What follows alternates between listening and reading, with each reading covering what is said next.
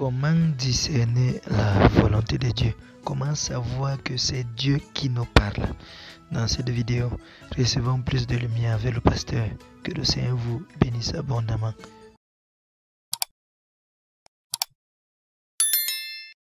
Et quand Dieu vous parle, vous avez une paix intérieure, une assurance intérieure dont vous n'avez pas besoin de vous convaincre.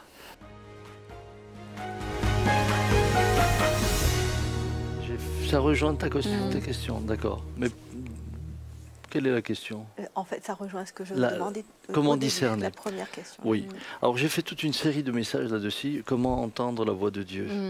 Même si cette série n'est pas exhaustive, mais j'encourage les bien-aimés à aller voir les replays, puisque justement notre volonté propre ou parfois notre désir de voir la chose tellement arriver. C'est ça. Je prends l'exemple, vous avez un enfant malade ou un mari ou une épouse. C'est tellement normal, c'est légitime. C'est légitime de vouloir sa guérison.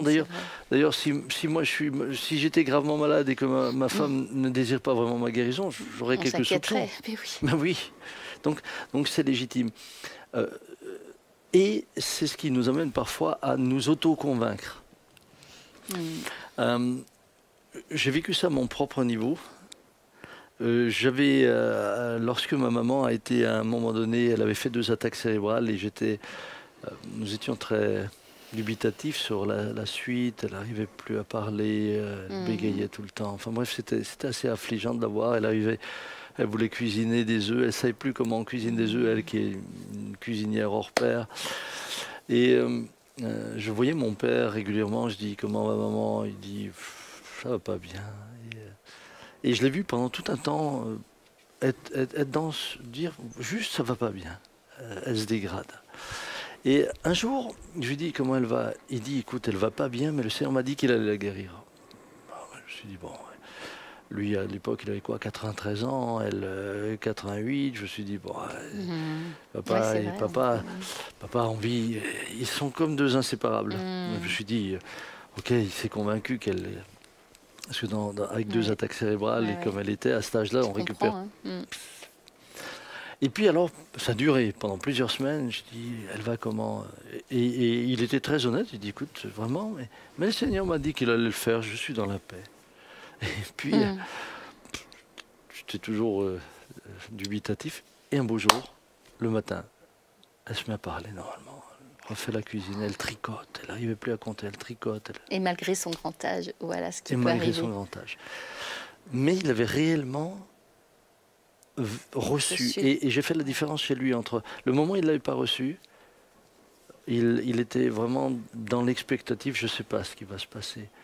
Mais il n'a pas commencé à proclamer, elle est guérie, le Seigneur l'a guérie, etc. Non, il n'a pas fait ça. C'est à partir du moment où il a discerné que le Seigneur lui a parlé, où il a su.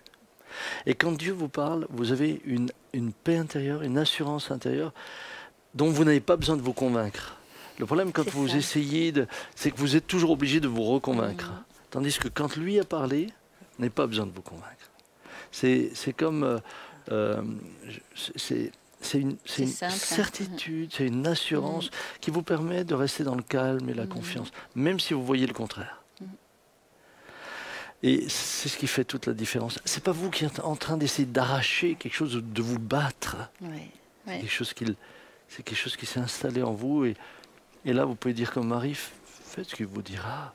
Vous n'avez pas besoin d'argumenter, oui, mais j'ai fait ceci, j'ai fait... Non, faites ce qu'il vous dira. C'est ce qui m'a toujours touchée en lisant le témoignage de ton papa. C'est qu'il est extrêmement à l'écoute de la voix de Dieu, il est sensible et il est honnête. S'il ne reçoit rien, il ne dit rien. Et je pense que c'est ça, en fait, il faut être sensible, marcher par l'esprit, écouter le Seigneur et ne rien faire tant qu'il n'a rien dit, comme tu as dit, avec les vases. Les serviteurs ont fait à partir du moment où Jésus leur a demandé de prendre les vases. C'est ça. Mais le piège, simplement pour aussi nos amis, le piège c'est quoi? Le piège c'est l'orgueil. Le piège c'est, à la fin, vous voyez, à la fin on utilise le miracle pour glorifier l'instrument au lieu de glorifier l'auteur. Et ça c'est toujours, finalement on veut récolter les médailles d'une course qu'on n'a pas courue. Et ça, c'est dangereux. Pourquoi? Parce que vous vivez une guérison et ensuite vous commencez à avoir la réputation de l'homme qui a le don de guérison. Donc vous voulez répéter les choses et là vous commencez à dire ce que Dieu ne vous a pas dit. C'est pour ça que même quand j'ai été invité dans différents endroits, un jour je suis invité et je vois l'invitation. Grand ministère, prophète ou je ne sais plus quoi, je ne sais même plus ce qu'il m'avait mis comme tartine là-dessus.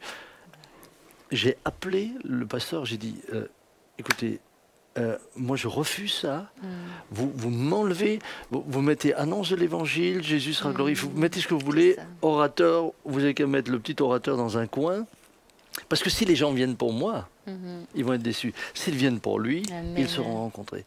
Et c'est ce que je voulais un peu dire ce matin, je suis parfois triste de me dire, mais quand je vois aujourd'hui la starification de certains qui, parce qu'il y a eu des miracles, parce qu'il y a eu ceci, tout d'un coup, on élève l'homme. Oui. Non pas qu'il faille le rabaisser, c'est pas ça. Oui, on respecte l'onction qu'il y a, mais ça reste un frère. Pierre se définit comme un frère parmi les frères. Pourtant, des miracles, il en a fait. Son ombre guérissait les malades. Oui, c'est vrai. Oh, Seigneur, aide-nous. Oui. La chair, c'est terrible. Hein? Oui. Aide-nous. C'est pour ça qu'on tutoie Samuel, parce que parfois on peut être surpris de tutoyer son pasteur, mais c'est mon frère. Mais c'est ça, c'est ça. Nous on est. Mais c'est important. La Bible nous dit, saluez-vous par un saint baiser. C'est la marque de fabrique de l'Église, c'est saluez-vous par un saint baiser. Nous, on a été arrêtés par le Covid, mais j'espère bientôt pouvoir. Oui. Alors, il y a encore des frères et sœurs qui peut-être ont de la crainte, etc. Mais quand on se salue par un saint baiser, on ne peut pas être monsieur, un tel. Et ça retire en rien le respect qu'on a pour ton ministère. En rien.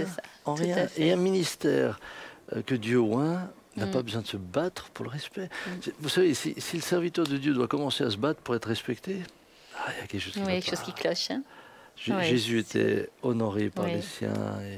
Et que le Seigneur nous aide et que le Seigneur nous donne de retrouver cette simplicité des enfants de Dieu. Amen.